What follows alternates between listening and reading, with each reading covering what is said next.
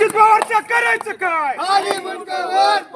एकाच घरामध्ये 5 खासदार 5 आमदार असू शकतात, पण गोरगरीब विद्यार्थी शिक्षण घेत असतानाच तुम्हाला का खटकते? मी पाणी कुठून धरणात लघवी करून देऊ का? की कधी म्हणतात की आम्ही काय PhD करून काय दिवे लावणार आहात का? मुळात अजित पवारांचं शिक्षण हे 10वी नापास. अजित पवारांची एक नेहमीची सवय आहे, ते जेव्हा त्यांना वाटेल ते बेताल वक्तव्य करतात. कधी मी पाणी कुठून धरणात लघवी करून देऊ का? की कधी म्हणतात की PhD विद्यार्थी मागच्या हिवाळी अधिवेशनात म्हटलं त्यांनी की आम्ही काय PhD करून काय दिवे लावणार आहात का?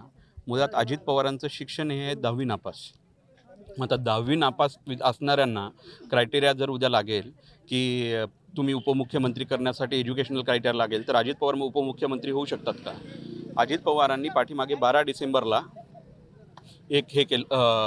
एक मागणी, जेव्हा 22-23च्या विद्यार्थ्यांच्या बार्टीचे ॲड काढण्याची 23-24च्या विद्यार्थ्यांची मागणी होती, तेव्हा अजित पवारांनी म्हटलं की एकाच घरातले 4-4, 5-5 विद्यार्थी हे PhD करतात. ते कशासाठी करतात? तर त्यांना महिन्याला 42,000 रुपये भेटतात म्हणून. तर आमचं म्हणणं आहे की आमचा विषय आहे, इंटरेस्ट आहे की आम्हाला एखाद्या विषयामध्ये संशोधन करायचं आहे.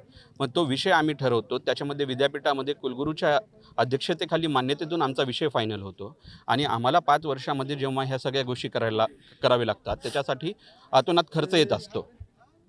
या सगळ्या भूमिकेमध्ये अजित पवारांचं हे म्हणणं आहे हे चुकीचं आहे आणि ते पूर्णपणे असंवेदनशील आहे.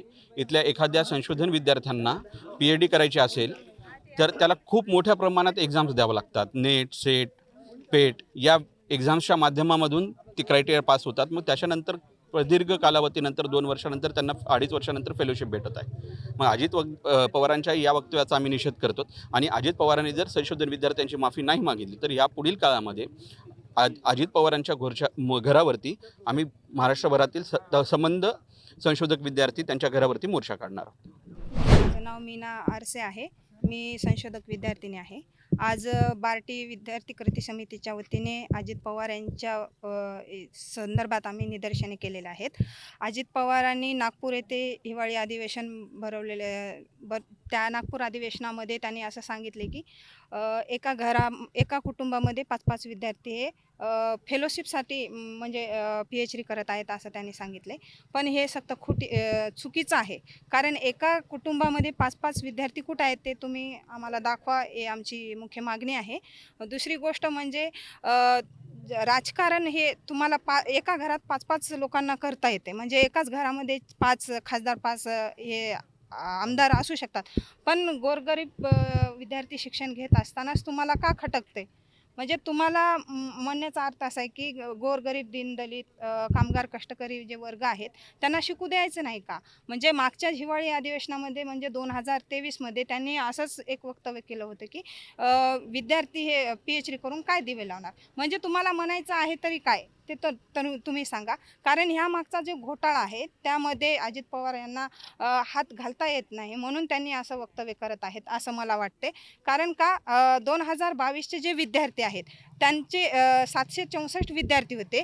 त्यांच्यामधून त्यांनी असं सांगितलं गेले की 200 विद्यार्थ्यांना फक्त फेलोशिप मंजूर करा. कारण बाकीचे विद्यार्थ्यांचं काय? म्हणजे त्यांच्या मागचा जो घोटाळा आहे त्यांना ते घ्यायचा होता. काल परवाच त्यांचे चिरंजीव पार्थिव जे होते त्यांनी एवढा मोठा घोटाळा केले, त्यांच्याबद्दल कोणी वक्तव्य का करत नाही हे आमचं म्हणणं आहे. तर तुम्हाला गोरगरीब विद्यार्थ्यांना शिकू द्यायचं नाही का?